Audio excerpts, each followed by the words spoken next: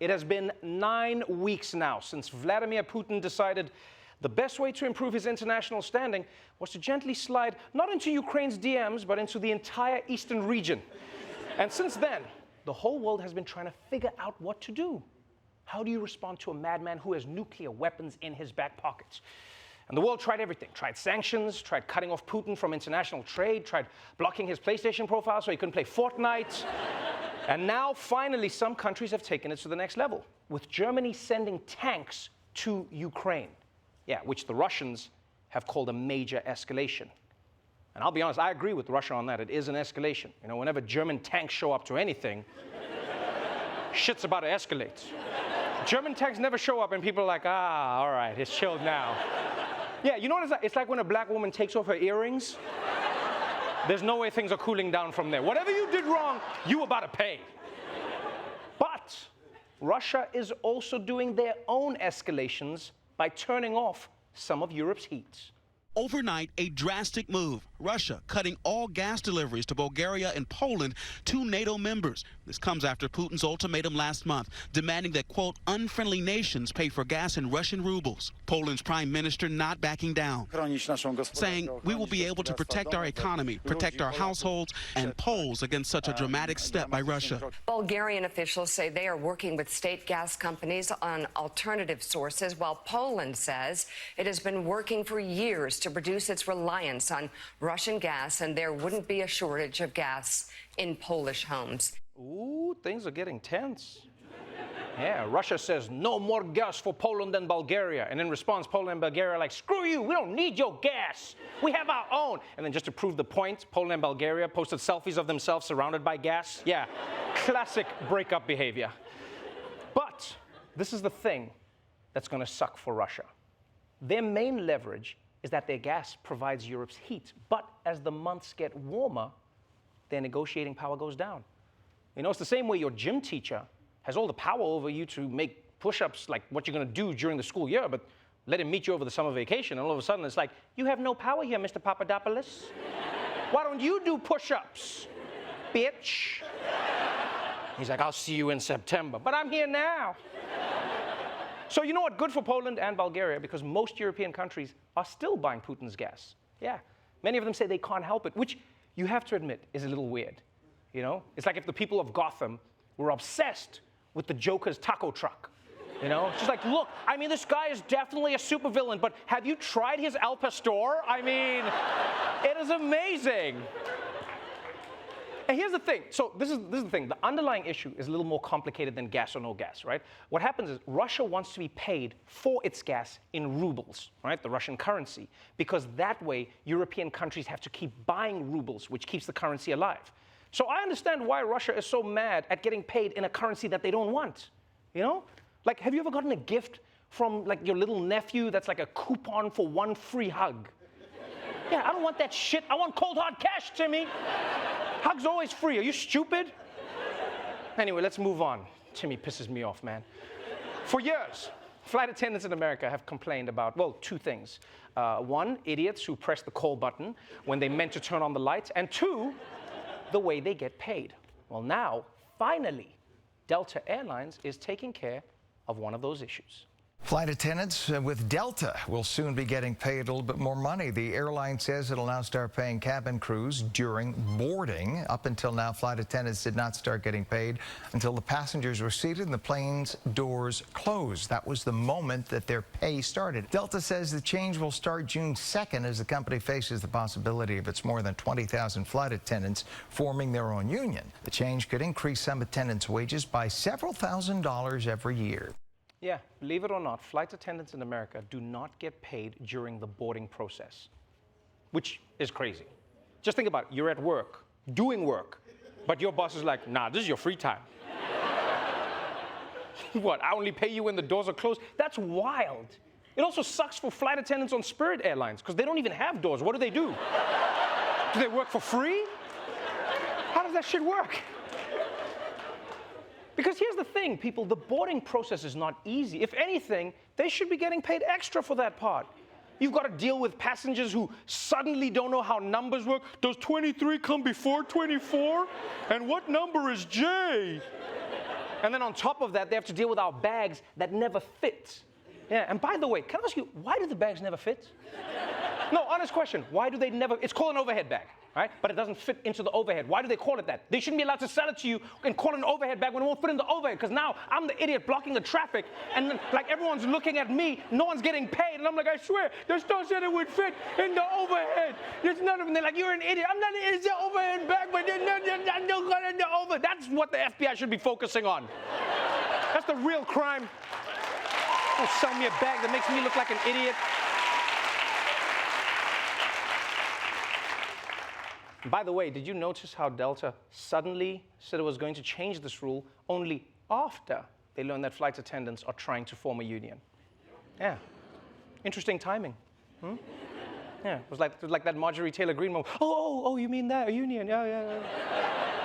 Yeah, nothing scares these giant airlines more than unions. Like, if someone yelled bomb in an airport and someone else yelled union, they honestly wouldn't know who to tackle first.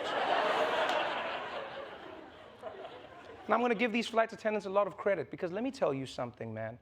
People fly all the time. You see these people working hard, but I didn't know that they weren't getting paid while the plane. I didn't know that. They're really patient people. If I was working for free during the whole boarding process, I would have been way less friendly than, I would have been in that airport like, hey, zone one, get the hell up on the plane right now. Hurry up, I'm trying to get paid. Move, your dumb ass. Put your thing on the thing there, man. And I swear, if any of you broke ass zone 4 even trying to get in the line right now, I will have the TSA waterboard your ass. Get back, zone 4. Sit down. You know who you is. That's why I can't work in airports. All right, finally, let's talk about COVID-19. It's the only one of us that's seen Kamala Harris in like 3 months. As we all know, a little over 2 years ago, a bat in China didn't cover its mouth when it sneezed in a lab after visiting a food market, and that started a pandemic. And the world has never been the same. But now, Anthony Fauci, America's most renowned infectious disease scientist and most ready for retirement human, has come out with some news that has left people shook. Listen to this. Dr. Anthony Fauci telling PBS News that America is out of the pandemic phase. We are certainly right now in this country out of the pandemic phase. Namely, we don't have 900,000 new infections a day and tens and tens and tens of thousands of hospitalizations and thousands of deaths. We are at a low level right now. We're not going to eradicate this virus. If we can keep that level very low and intermittently vaccinate people, and I don't know how often that would have to be, but right now we are not in the pandemic phase in this country. Woohoo! The pandemic phase is over, people! The pandemic phase is, oh my God, I'm so happy. Oh, I'm so happy, man. Oh man, I've been waiting for this moment since March of 2020. Do the balloon drop, yeah!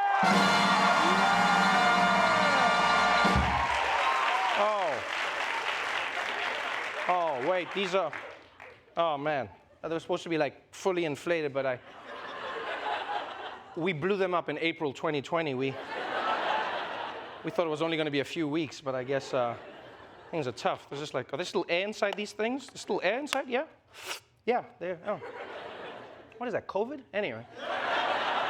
But yeah, Fauci says America is no longer in a pandemic phase, which is cool. But don't let these balloons fool you. It doesn't mean we're out of the pandemic. A lot of people actually misinterpreted this news today. They were like, the pandemic is over. Time to tongue kiss my grandmother again. Man, time to tongue kiss my grandson again. They're a very loving family. But that's not what this means. What Fauci was saying is that America is currently not in a pandemic phase, as in not in a pandemic right now, but it's not over. It could come back, or it could go away, but it could come back. Or go, you don't know. Yeah, it's a phase. It's sort of like wide-leg jeans. They disappeared for 20 years, and now, suddenly, Everyone looks like that to borrow a pair of pants from Shaq, you know? But as much as you want to get angry at people, here's the thing, Dr. Fauci, how did you not know? How do you not know by now how stupid people are, huh?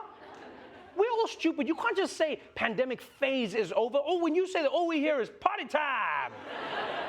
I feel like that's been the major failure of this pandemic, is that the scientists have been communicating directly with the public without somebody to interpret what they're saying. That's bound to cause chaos, right? We don't understand scientists speak. It's the reason God didn't speak directly to the people. He always went through a messenger, you know? He was like, Noah, soon I will purge the land of all sin and vice, so henceforth abundance may spring forth, and whence there was squalor, things will change. And Noah was like, all right, gotcha. Hey, yo, grab a giraffe, shit's about to get wet. Now we understand. All right, that's it for the headlines. But before we go, let's check in on the traffic with our very own Roy Wood Jr., everybody.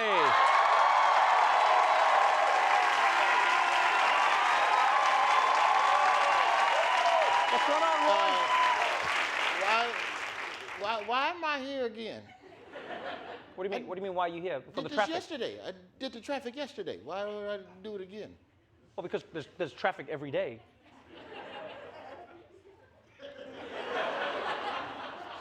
You think this is strange? I didn't know that I had to do this every day. I said I would do it, but I just thought it'd be once a week. I didn't know this was gonna be. What are you talking about? Every day, come to work every day type shit. I was not. Roy, can you just tell us what the traffic is, please? But before the traffic, man, this flight attendant thing and the whole COVID and the Fauci, I think we should still be wearing the mask on the planes because, I hate the fact that flight attendants was getting beat up over a mask. You're supposed to be fighting drunk passengers, not these people wearing a mask. Yeah, I hear you there. Yeah. And also, part of why people be challenging flight attendants, see, nobody thinks about this, Trevor. It's the uniform.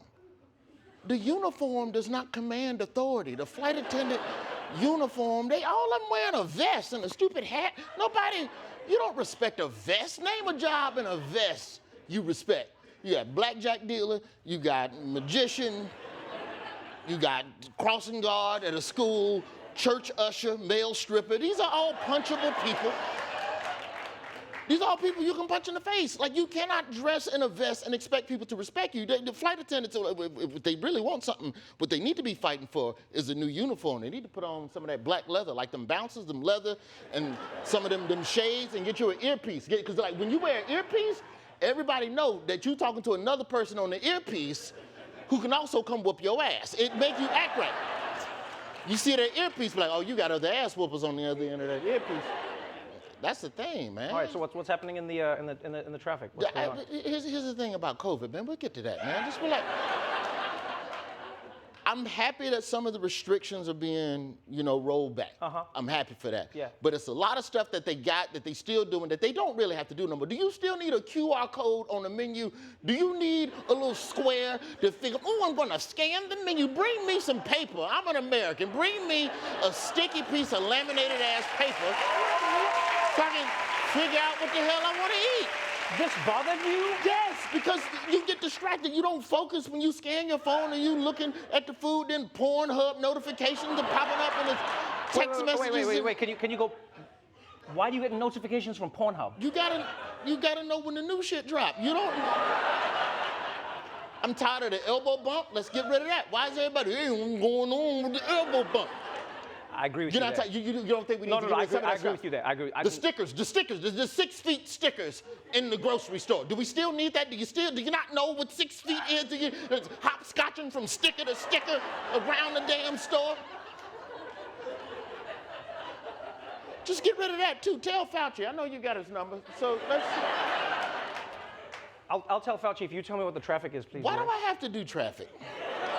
What do you mean why? Why is it always traffic? Like I could be doing so many other things. I could do cooking. We could set up a little table and a crock pot. I could do the animals. Let me be the animal man and bring the cuddly animals on here. We could do lifestyle. No, don't encourage him. He asked me. I said we're going back to the studio. I said what do you think about doing traffic? And you were like, I'd love to do the traffic. Yes. I didn't know that I would have to do it every day. I didn't know that I would have to research and investigate and figure out the traffic every day. What do you mean you don't have to research to do traffic? Oh, bet. Traffic bad. Back to you.